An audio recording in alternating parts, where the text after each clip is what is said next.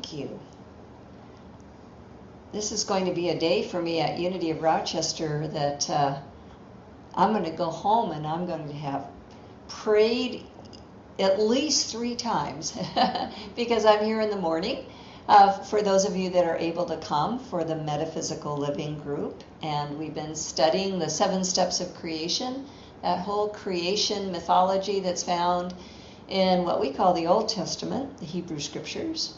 And then, of course, I'm here with all of you for this Sunday service. I often remember the word that Eric Butterworth, longtime Unity minister, prolific writer, and wow, so many insights and inspiration. And he would call what they created on Sundays at the end of his life in Avery Fisher Hall in New York City. Matthew and I got to be there one Sunday. He wasn't there, but we got to go to Avery Fisher Hall. He called it a worship service. Not a worship service, a worship service.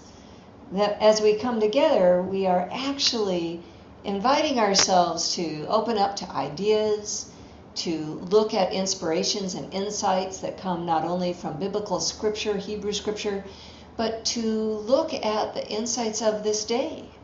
And that's important to me because today we're here, right? 2025, here we are. It's August already.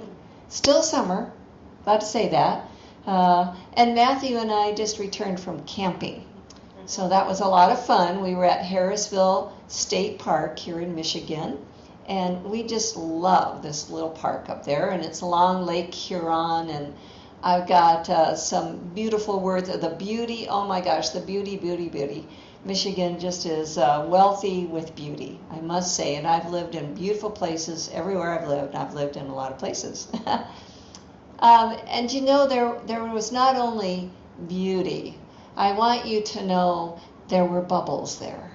I just want to just mention the bubbles because in any great campsite, you know, you got quite a few people staying there, and Matthew and I would walk from our tent. We're still using our tent. We're not sure we're doing this much longer, but we're still using our tent. And we walk the road to go to the public showers and bathrooms and all. And along the road there was a campsite. Every site was filled. But there was a family on one of, it was kind of a small site. And each day I observed that a mom would bring out one of those bubble maker machines. Have you seen those? And she didn't just put it on the ground back deep in their site for their children.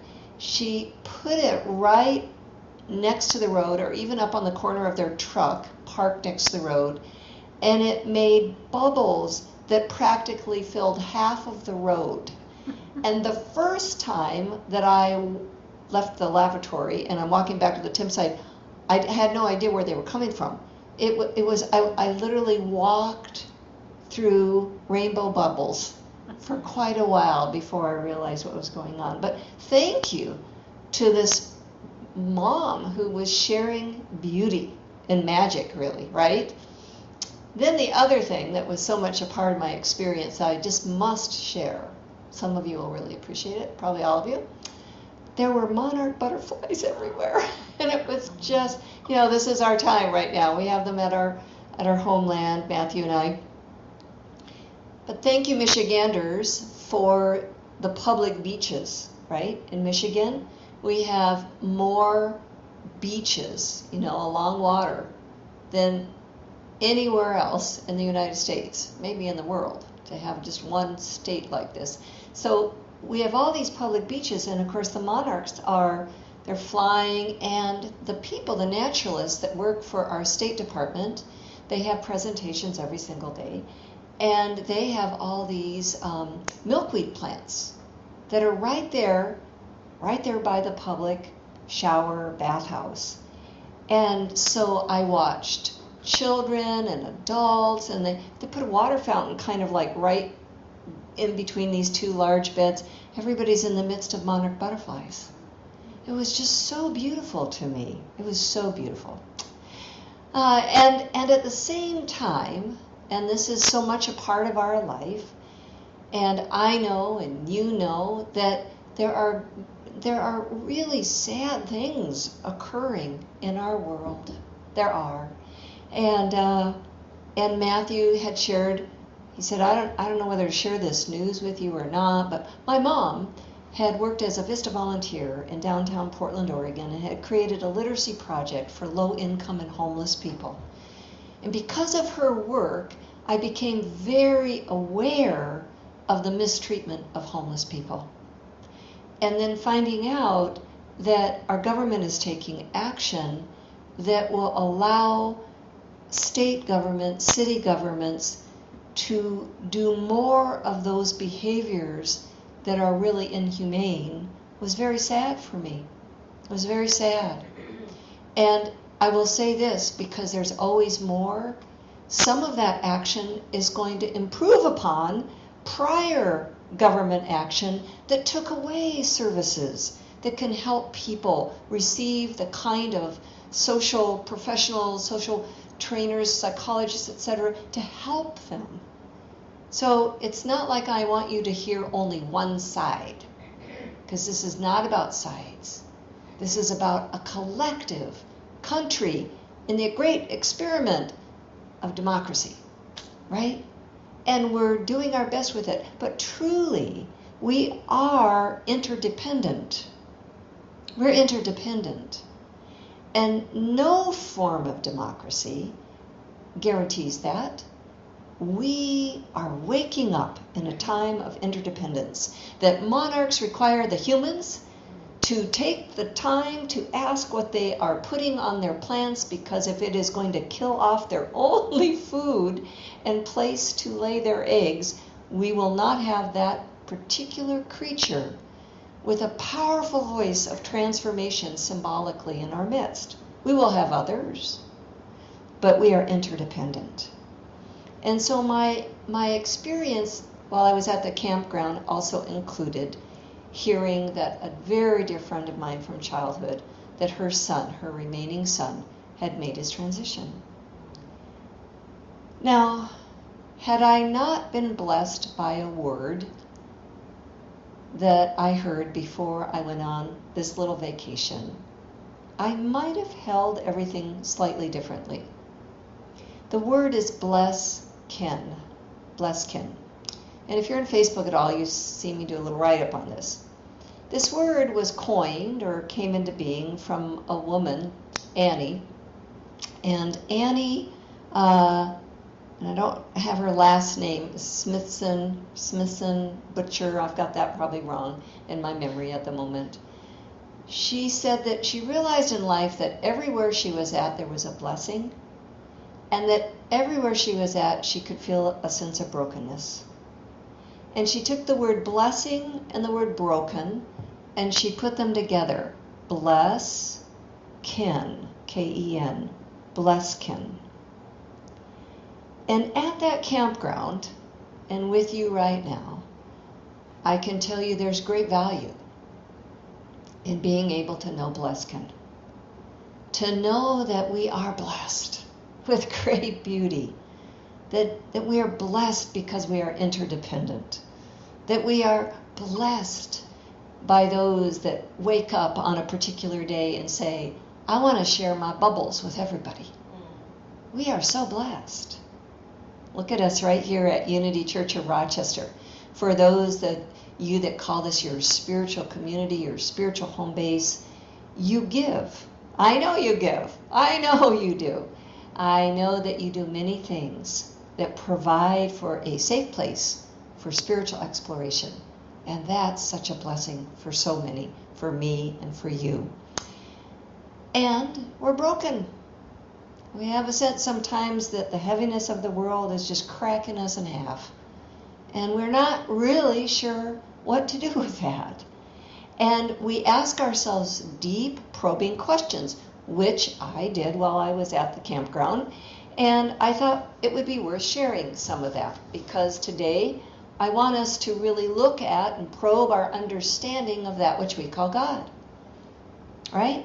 Because it's real easy and actually natural and normal to start really questioning whether is God got no power? to help those little children in Gaza? You see? Don't we have these kinds of questions? Was God not a power that could help my son's friend? These come up, and they ought to come up. Why? Because that which we call God, and we point to with lots of different words, is not a static something.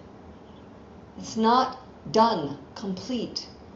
There is a creative process that is found in that Old Testament, old collection of stories that were all put together that we call the myth, right? The creation myth. There is wisdom there. There is a creative dimension of the universe. And in fact, the scientists of today will say it is not something that is predetermined, and it is not something that is random. Rather, the best describer for that which we call the universe is creative. Creative. We are in a creative reality, and that creative reality is living us. And that ought to give us some hope, because there is a creative response that is happening in this earth right now to the changing temperatures that are causing my family members to seek any kind of help with the heat in Alaska. They don't have air conditioning. They're not used to 90-degree temperatures.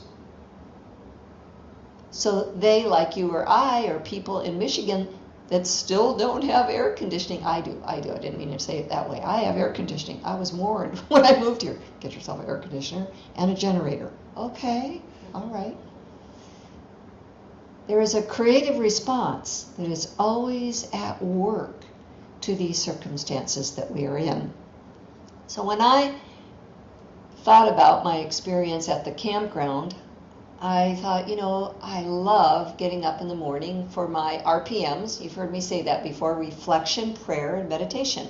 RPMs, like a car, right? Get a little speed.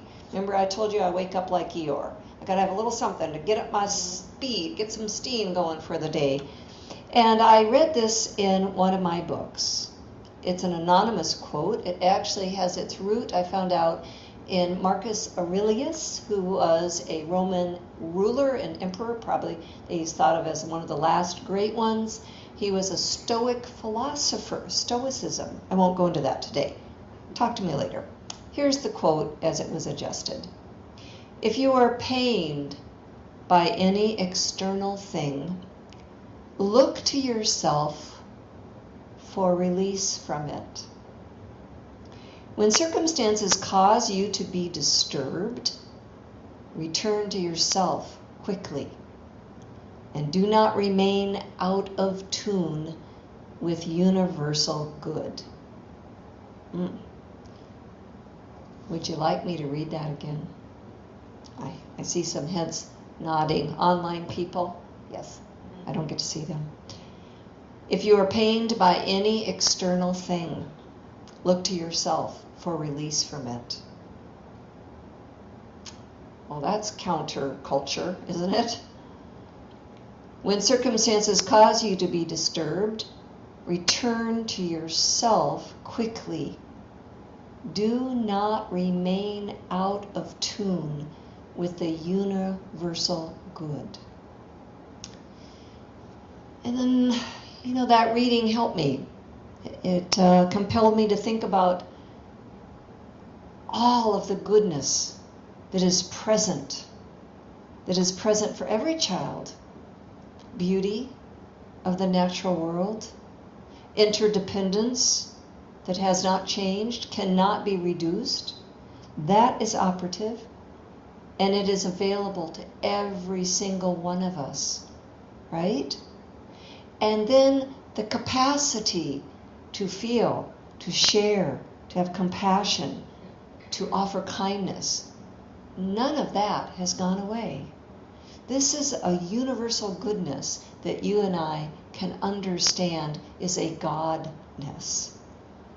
And as I want to emphasize today, there is an orderly, as Charles Fillmore, the co-founder of Unity, was inspired to see in that creation story, there is an orderly unfoldment of this. Everybody probably knows a little one. You may be parents, And you know that children don't just come into the world automatically sharing their toys. There is an orderly unfoldment of this amazing capacity to give, to share, to know the value of interdependence, isn't there? And we want to learn that. We want to ask ourselves how to be about that, so that we can rise up with the questions of, does God have no power? Or can we come to understand that there is an orderly unfoldment that is coming through you and I, a species, one of billions, uncountable trillions of species that are interdependent. And we, not greater than any of these other species, we are here for a purpose at this time. We are here for a purpose. Our wonderful Arun Gandhi, the grandson of Mahatma Gandhi, is the actual author of the words, "Be the change you wish to see in the world." It is the humans that are asking this question and thinking that that is our capacity. I'm not sure the butterflies are doing that. I'm not sure the grasses taking over in my garden are doing that. But we human species, this is our capacity to be about change, not only within ourselves, within our family systems, within our ministries, within our spiritual communities, of any faith, and of course those groupings that come together that proclaim no faith. Every scientist is about this. What scientific principle has stayed the same longer than, 10 years, 20 years, 100 years? Very few, because new scientific principles and understandings come along. So we together have been looking at what is the nature of the creative process here at Unity of Rochester. And maybe Matthew and I haven't been real specific about it, but this is we're going into our 5th month of showing up as members and friends of this ministry. We thought we could give some energy to this ministry at a time when it's in a time of great change. Whether you like it or not, you're in a time of great change. And we've been learning about these creative steps, and some of you have been coming. I encourage you to, because that's what Matthew and I are up to. We are up to putting spiritual principles into practice. We are up to working a creative process with that which we call God and with all of you. So one of the ways that we have done that together when I've been with you is to say we want to honor the form of what this ministry was, right? And to know that there is a power at work, a creative response that is already at work for the ministry as it is today. This is just a little rendering of the church and many leaders, the building shape. And then I brought it in, though, still the shape, but emptied out, didn't I? Some of you remember that. And then I asked us to, what's here right now? And we began to identify, people, and what are the interests of the people here? Well, they would like to study and learn about what creates health and wholeness, spiritual understandings, relationships. They want to have fun and food and all kinds of things. And we put all those sticky notes in this shape and form. But then last month, I said, we always are being invited to move from one form to another. This is the way that creativity works. This land right here in the Great Lakes bioregion did not look like this 10,000 years ago. The glacier was receding. We didn't have these types of trees or this vegetation. Everything is in a process of change. And so I moved in the circle form and a spiral, kind of a little symbolic spiral here, to invite all of us to move into a form that is really consciousness. We're working in consciousness together right now. And that's what we are doing as individuals on the planet. That's what we're doing. We're taking the attention off of our perceptions, our judgments, opinions, our sense of lack, our sense of foreboding. We're asking ourselves to turn it within, because there is an orderly unfoldment of that which we call God. G.O.D. Good, orderly direction. There is an orderly unfoldment. So what I would say to you is that we have reason to understand that this way of being is absolutely tied to our understanding of God and ourselves as being one.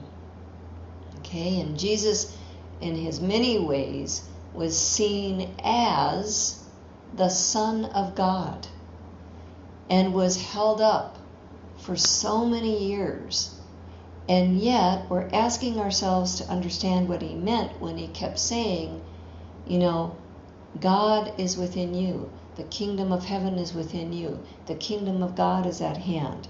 I and the Father are at one, and you are one also. There are so many ways that Jesus was pointing at something over and over again, and he was really breaking the rules and the regulations of the faith that he was born into, that faith tradition. He had a different understanding of that which we call God. And I'm going to share one of the stories that are attributed to Jesus. But know that that understanding comes through ideas. And so what I'm going to add to our little working example of what we're doing here at Unity of Rochester, if you're online, you're new, you get to be a part of this with us, part of the journey of watching what the creative energy is doing within a spiritual community. And I'm putting these in kind of like the 4 quadrants. Ideas. Ideas, and the idea and the understanding of God is absolutely instrumental to wholeness and new expression. So here's the story. It's a story you've heard before if you've studied biblically. It's the story of a man. And he's unwell. He's got challenges. It is said and written in the book of John anyway that he's paralyzed. He's a paralytic. But he has heard that he can go to a special place that is very revered within the great walls of Jerusalem, and it is a place called Bethesda. Okay, there are the waters that are there, and people come to it, and that when these waters move, which happens occasionally, if people get into the water, and they're like the first ones in the water after it's moved, they are healed. So this guy has supposedly been ill for 38 years. Long time. And some of you can relate. Maybe some of you have lived with something physically for a long time. And you've asked yourself over and over again, is there a way? Is there a way to overcome this? Is there a way to be freed from this physical condition, mental condition, emotional condition? Sometimes it's for us as families. We're born into family systems and we just like, oh gosh, can we ever get beyond these dysfunctional, cruel, harmful ways that we do family? Some of us wonder whether we can actually pull it through, what we're doing in the democracy, the great experiment of democracy. But just notice how it feels when you have that longing that doesn't go away. And imagine that this story is helping us understand that within ourselves, okay? So we're lifting up the story more than just a literal story to understand what it might be like for us. So anyway, the pool of Bethesda is near one of the entrances to Jerusalem, and it is the sheep gate. So it would be the gate through which the sheep come. All right, so this is again very interesting storytelling symbology. And the actual pool of Bethesda has 5 porticos, 5, like, think of them, covered gathering areas around a pool. All right. And the man that's there laying down, he's been there for a while, and Jesus enters with those that are following him, and sees the man. And he goes to the man and he says, "Do you want to be well?" And the man quickly responds and says, "Well, yeah, of course, but I don't have anybody to help me. And when I get up and walk, when the water is moving, I get up and walk to it, that I can't get there fast enough. And others get in before me." So notice that he has an understanding of how it works, right? But he's not able to do it. That understanding of how it works, he's not able to do it. And then Jesus says to him, "Pick up your mat and walk." And the man is said to pick up the mat, and he is able to walk, and he's healed. But when we look at the story deeply, and if you go into Gospel of John and the whole chapter 5, you see this is a very lengthy dialogue almost that's going on, not just this one little portion where a man is healed, but between Jesus and the people that are there that are saying he has no right to be doing this action, healing a person, on a Sabbath. They don't seem to be curious that the man is healed and well. And there's evidence from the writing that the man didn't even know who Jesus was. It's almost inconsequential that this occurred. What is greater is that the people that are there are highly critical of the fact that this has happened on a Sabbath. And they criticize the man for picking up his mat on the Sabbath. What the heck? Now, Sheila, I understand, has had her surgery. And she's going to have, I hope you're watching, Sheila, she's going to have greater mobility of that arm. Who among us would not be so excited to know that she's going to have better mobility with that arm? All of us would. But that's not what's held up in this story.